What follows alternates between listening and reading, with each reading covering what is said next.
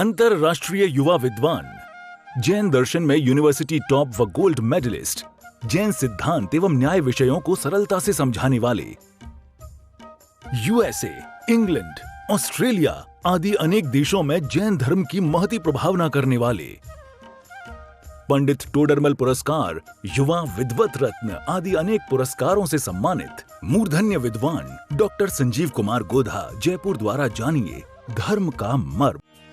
इस कार्यक्रम के प्रायोजक हैं श्रीमान सुलेख जी जैन, श्रीमती किरण जी जैन, बंगलो रोड, कमला नगर, दिल्ली।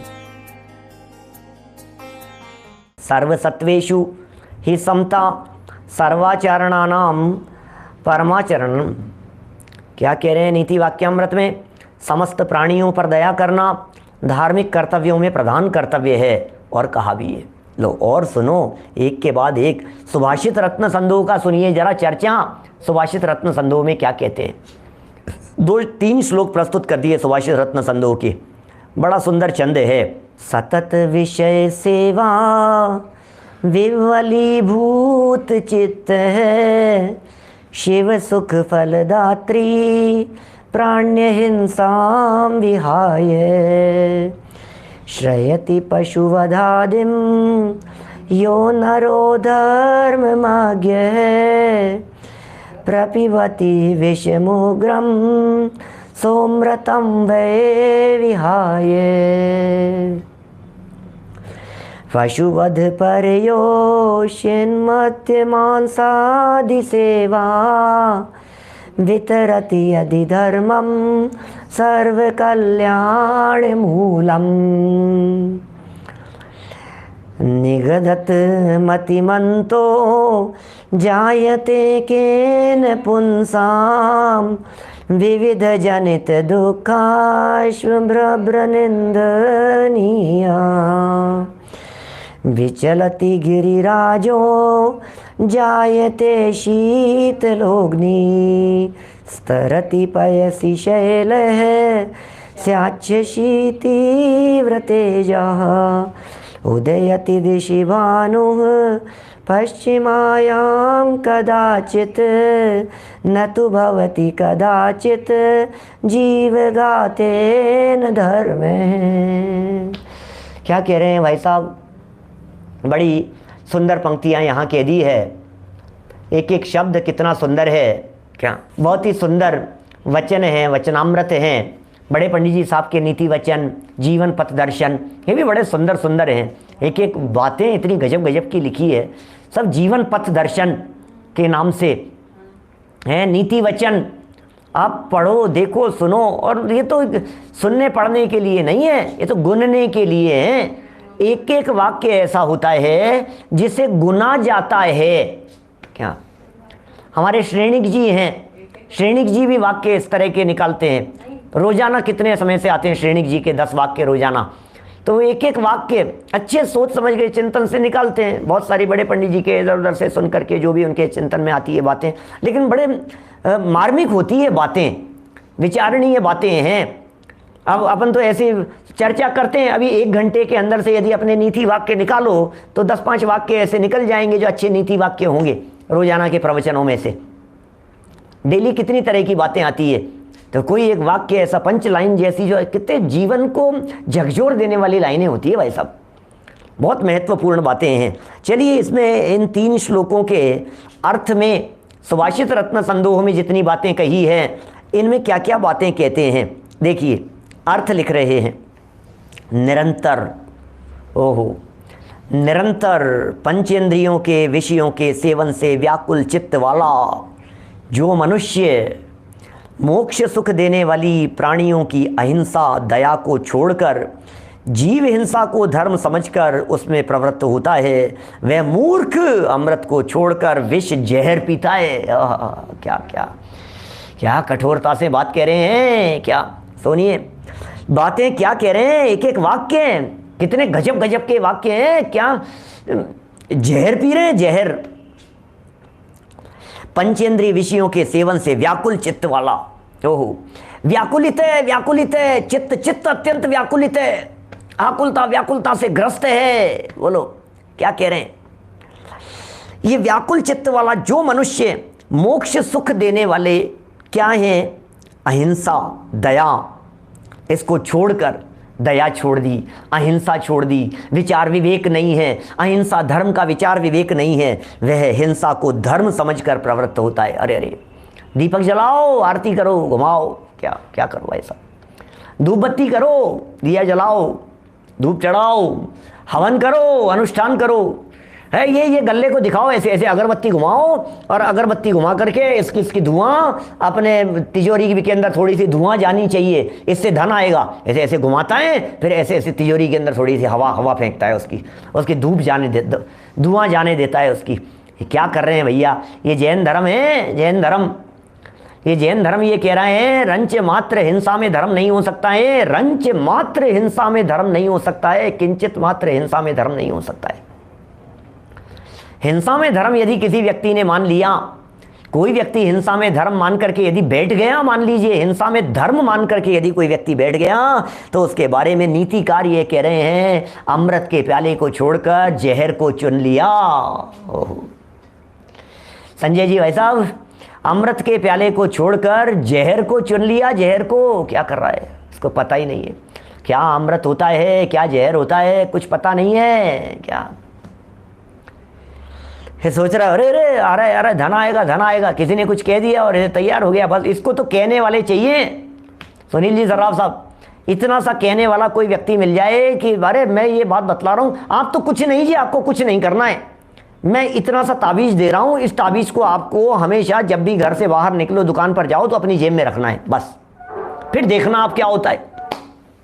नरेंद्र बाकलीवाल जी साहब, मैं अभी आज यदि बांटना चालू कर दूं और सिर्फ ज़्यादा नहीं 5-5 हज़ार रुपये राशि रखूं, तो मैं दावे के साथ कहता हूं 1000-2000 लोग तो आराम से आ जाएंगे।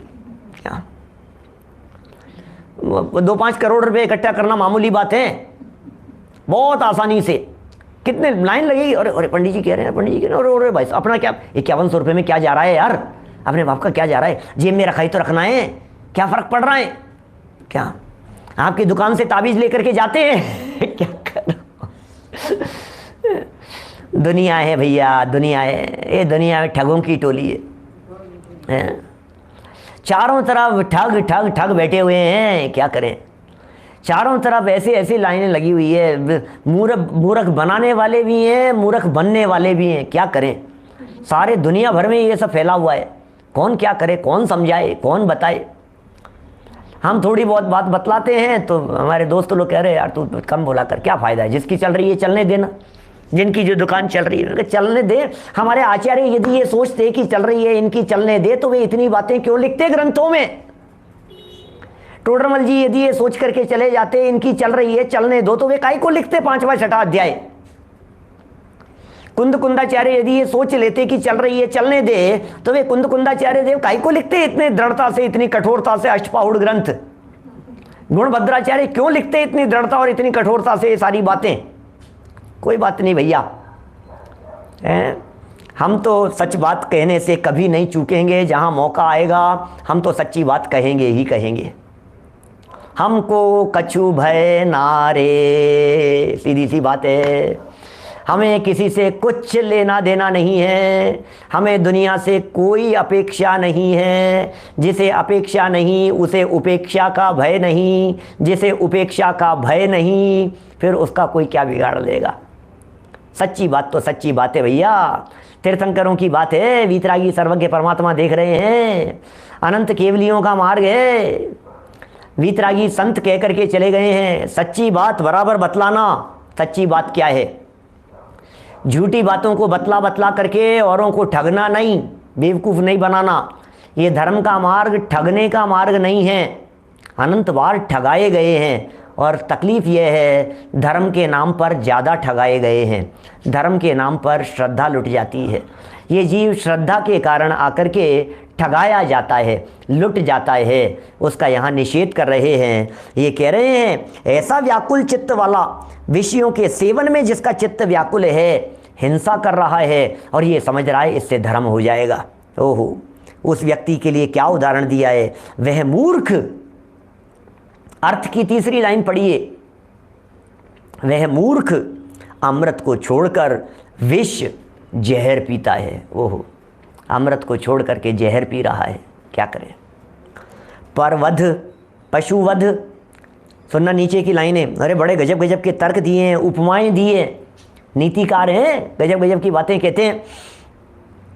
पशुवध, परस्त्री सेवन, शराब पीना और मांस खाना आदि दुष्कृत्य यदि सर्व कल्याणकारक धार्मिक अनुष्ठान कहे जावें तो हम उनसे पूछते हैं कि मनुष्यों को नाना प्रकार के भयंकर दुख देने वाली निंदनीय नरक पर्याय किस कारण प्राप्त होती है। एक बात का जवाब दे दीजिए आप हमारे को, फिर मनुष्य नरक क्यों। आप यदि ये कह रहे हो पशु वध करने से, समझना दुनिया में चलता है, अन्य कई जगह कई परंपराओं में ऐसा चलता है, पशु वध करने से वो होता है क्या, कल्याण होता है, धर्म होता है, सब बलि चढ़ाओ। अभी आज ही मुझसे कह रहे थे, हमारी बात चल रही थी विपिन जी नागपुर वालों से, तो बात चल रही थी हमारी, उन्होंने बतलाया सब चलते रहते, मैं तो कम रहता हूँ सोशल मीडिया पर। अरे हमारे ये ऊटा वाले हैं ना चेतन जी, क्या चेतन जी शास्त्री, चैतन्य जी, वो बिहार में कहीं दर्शन कहीं गए और वहाँ उन्होंने पद्म प्रभु भगवान की नग्न प्रतिमा देखी, दर्शन किए, बहुत प्राचीन प्रतिमा, खड़गासन प्रतिमा, नग्न दिगंबर प्रतिमा। और मालूम वहाँ कोई जैन परिवार नहीं है, कोई जैन नहीं रहता है, और गांव वाले साल में एक विशिष्ट दिन वहाँ पशु बलि चढ़ाते हैं, पशु बलि देते हैं धर्म के नाम पर उस प्रतिमा के सामने, पश्चिम बंगाल में। तो हमारे वीरेंद्र जी, ये सब विद्वान लोग सब रहते हैं, सब एक्टिव रहते हैं, हम तो इनएक्टिव हैं। क्या बाहर से इनएक्टिव रहने में ही सार दिखता है। देखो क्या पशु वध, धर्म समझ रहे हैं, उसमें धर्म समझ करके लग रहे हैं, क्या करें। पद्म प्रभु भगवान की प्रतिमा, कोई जैन परिवार नहीं है, गांव वाले आदिवासी लोग हैं, सब लोग साल में एक दिन विशेष अवसर के समय पर वहाँ वो उसमें बलि चढ़ाते हैं, पशु बलि देते हैं और प्रतिमा के सामने, और धर्म के नाम पर, और समझ रहे हैं धर्म हो रहा है। अभी ये पशु वध की बात हुई, फिर कह रहे हैं परस्त्री सेवन। अब दुनिया में इसको भी धर्म बतलाने वाले लोग हैं, माने ये तो अपना 6ठे अध्याय में कई तरह की आई थी इस तरह की चर्चाएं, जिसमें परस्त्री सेवन की बात, शराब पीना उसे धर्म बतला रहे हैं, मांस खाना, ये जो दुष्कृत्य हैं, यदि इनको आप धार्मिक अनुष्ठान मान लोगे तो यहाँ सीधा सा प्रश्न पूछा गया है, फिर नरक के कारण क्या होंगे हमें वो तो बता दो एक बार, हमें इतना तो बतला दीजिए। इन सब बातों को धर्म कह रहे हो आप, फिर क्या होगा, फिर नरक के कारण क्या होंगे, ये तर्क कर रहे हैं यहाँ पर। पश्चिम बंगाल से आया है, सब आप लोग सब ज़्यादा ज्ञाता लोग हैं, मुझे तो कहीं से कोई बात कान में पड़ जाती है तो मैं तो बतला देता हूँ, प्रासंगिक है। पशुवध को धर्म मानने वालों की चर्चा चल रही थी, बात याद आ गई। क्या देखिए, एक बार भी, अब सुनना, उदाहरण देखना, उपमाएं देखना, उदाहरण और उपमाएं देखिए आप, आपको लगेगा क्या क्या पंक्तियां लिखते हैं। एक बार भी सुमेरु पर्वत भी चलायमान हो जावे, क्या ये पहला वाला भी नहीं आना चाहिए, पेंसिल हो तो काट सकते हैं आप। एक बार सुमेरु पर्वत भी चलायमान हो जावे, क्या आग भी ठंडी हो जावे। देखो पहली चीज सुमेरु पर्वत चलने लगा, क्या दूसरी चीज क्या, आग भी ठंडी हो जावे, 2। फिर नंबर 3, पत्थर भी पानी में तैरने लगे। Is it possible? हो ही नहीं सकता, क्या बात कर रहे हो, पत्थर कैसे तैरने लगेगा, असंभव है ना तीनों बातें। फिर चौथी बात, चंद्रमा भी गर्म हो जावे, वही हो गया, चंद्रमा गर्म हो जावे। सूर्य भी पश्चिम से उगने लगे, सूर्य पश्चिम से उग सकता है क्या, असंभव। अर्थात वे असंभव बातें भी कदाचित कभी एक बार हो भी जावे, किंतु कभी भी त्रिकाल में जीव हिंसा से धर्म नहीं हो सकता। ओहो, हैं क्या गजब बात कहते हैं, त्रिकाल कभी भी नहीं हो सकता, जीव हिंसा में धर्म नहीं हो सकता। मेरू पर्वत हिल जावे, चंद्रमा ठंडा हो जावे, क्या चंद्रमा गर्म हो जावे, चंद्रमा गर्म हो जावे, सूर्य ठंडा हो जावे, सूर्य पश्चिम से उगने लग जावे, पानी में पत्थर तैरने लग जावे, क्या क्या बातें कह रहे हैं। ये फिर भी हो जावे कदाचित, आग ठंडी हो जावे, लेकिन बोले हिंसा में धर्म, बोले 3 लोग 3 काल में कभी भी नहीं हो सकता है, हिंसा में धर्म नहीं हो सकता। क्या इसलिए जहाँ पाप है, जहाँ हिंसा है, जहाँ प्राणघात है, जहाँ करुणा का अभाव है, जहाँ निर्दयता है, वहाँ धर्म रूपी वृक्ष का बीज नहीं पड़ता है। धर्म रूपी वृक्ष का यदि बीज कहीं पड़ेगा तो दया हृदय में पड़ेगा, दयालु हृदय में पड़ेगा। क्या ये दया का कथन निर्भयता से किया गया है संजीव जी। निर्भयता से भय रहित होकर के निर्भयता से निर्दयता का कथन किया है कि इसका नाम निर्दयता है और इस निर्दयता को छोड़ो, ये निर्दयता छोड़ने योग्य है। दया करो, दया करो, दया करो। चलिए आगे बढ़ते हैं। और भी कहा है, देखो फटाफट फटाफट, अभी है अपने पास में थोड़ा समय। श्रूयताम धर्म सर्वस्वम श्रुत्वा चैवावधार्यताम आत्मनः प्रतिकूलानि परेशान न समाचरेत। महाभारत की बात है, गीता की पंक्ति है। महाभारत क्या चीज़ है? महाभारत में जो युद्ध हुआ 18 दिन तक, उस युद्ध का जो वर्णन या उस युद्ध के दौरान 18 दिन तक जो एक एक दिन एक एक उपदेश श्री कृष्ण जी के माध्यम से जो अर्जुन को दिया गया, वो एक एक चैप्टर है। क्या कहा, वापस बोलता हूँ, ध्यान दीजिएगा। बहुत सारे लोगों को पता होनी, सबको पता होनी चाहिए, तो जीके है, जनरल नॉलेज है। गीता क्या चीज़ है भाई साहब? हमने पढ़ी है गीता। अभी गीता में क्या है? बोले जो युद्ध चला महाभारत का, वो 18 दिन तक चला। 18 दिन तक चलने वाले युद्ध में श्री कृष्ण जी ने रोजाना युद्ध प्रारंभ होता था और अर्जुन विचलित हो जाता था। अरे यार, मेरे तो चाचा जी हैं, अरे ये मेरे भाई हैं, ताऊ जी के लड़के हैं, ये सामने खड़ा हुआ है, ये मेरे गुरु हैं, द्रोणाचार्य खड़े हुए हैं, और ये भीष्म पितामह खड़े हुए हैं, वे मेरे ताते हैं, मैं इनके ऊपर तीर नहीं चला सकता। क्या रोज सुबह यही नाटक था उसका। रोजाना युद्ध के लिए सेनाएं आमने सामने आकर के खड़ी होती थी महाभारत के युद्ध में, और रोजाना अर्जुन ये बात लेकर के बैठ जाता था, मैं तो नहीं चला सकता तीर। तो जो श्री कृष्ण थे वो रोजाना उसको उपदेश देते थे अर्जुन को, अरे तू तो तीर चला, मैं बैठा हूं ना, सबको मार रखा है मैंने, में मुंह खोल करके देख, सब मरे हुए दिखाई दे रहे हैं, सब मरे हुए हैं। क्या माने ये क्या है स्थिति? तू तो चला तीर, ये और इनको ये कोई मर दे, तेरे मारने से थोड़ी ना मरेंगे, ये तो सब मरे हुए ही हैं, इनके साथ तो ऐसा ही होना है। माने देखो ये जो बातें उपदेश दिया, माने प्रकृते क्रियमाणानि गुणः कर्माणि सर्वशः अहंकार विमूढ़ आत्मा कर्ता अहमिति मन्यते। ये तो गीता का श्लोक बोल रहा है मैंने आपके सामने, गीता का श्लोक है ये। क्या कह रहे हैं? अरे ये सब क्या है? ये तो प्रकृति का किया हुआ है, तेरे करने से कुछ नहीं होता है, तेरे मारने से थोड़ी ना मरते हैं, तू तो अहिंसक है, तू तीर चला। क्या आत्मा तो अमर है, आत्मा तो मरता ही नहीं है। गीता कह रही है ये बात। वे कह रहे हैं प्रकृते क्रियमाणानि गुण है कर्माणि सर्वशः, ये सब प्रकृति का किया हुआ है। सांख्य मतावलंबियों का कथन है, सांख्य मत निकल है उसमें प्ररूपण, प्रकृते क्रियमाणानि गुण है कर्माणि सर्वशः, दूसरे अध्याय का 20वां श्लोक है। क्या देखो क्या कह रहे हैं, और भी बहुत तरह के हैं। बहुत जब एग्जाम दिए थे ना, जब पढ़े थे, बहुत सालों पुरानी बात हो गई, तो उस समय तो खूब याद किए थे, घोटे लगाए थे, दिमाग में से कुछ ही उछल करके आ जाते हैं कभी कभी कोई दिमाग में ऐसे। प्रकृते क्रियमाणानि गुण है कर्माणि सर्वशः है, लेकिन अहंकार विमूढ़ आत्मा। ओहो, क्या कह रहे हैं श्री कृष्ण जी? अहंकार से भरा हुआ यह आत्मा, ये क्या कहता है? करता हम इति मन्यते। ये अज्ञानी जीव मैं करता हूं ऐसी मिथ्या मान्यता, ये गीता कह रही है, मैं करता हूं ऐसी कर्तृत्व की मिथ्या मान्यता रखता है ये अज्ञानी जीव। वास्तव में तो ईश्वर ने सब कुछ कर रखा है। क्या सब कुछ कर रखा है ईश्वर ने? 1997 के याद किए हुए हैं ये श्लोक, समझ लो आप। 1997 पिछली शताब्दी की बात हो गई। माने तू तो करता नहीं है, ये गीता का उपदेश है। और एक एक दिन तक 18 दिन तक उपदेश देते रहे।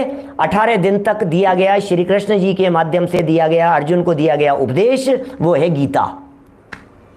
और ये गीता का श्लोक है, आत्मनः प्रतिकूलानि परेशान न समाचरेत। क्या, जो व्यवहार अपने को अपने प्रति अच्छा नहीं लगता हो, ऐसा व्यवहार दूसरों के साथ में न किया करें। देखिए नीचे देखिए क्या लिख रहे हैं यहां,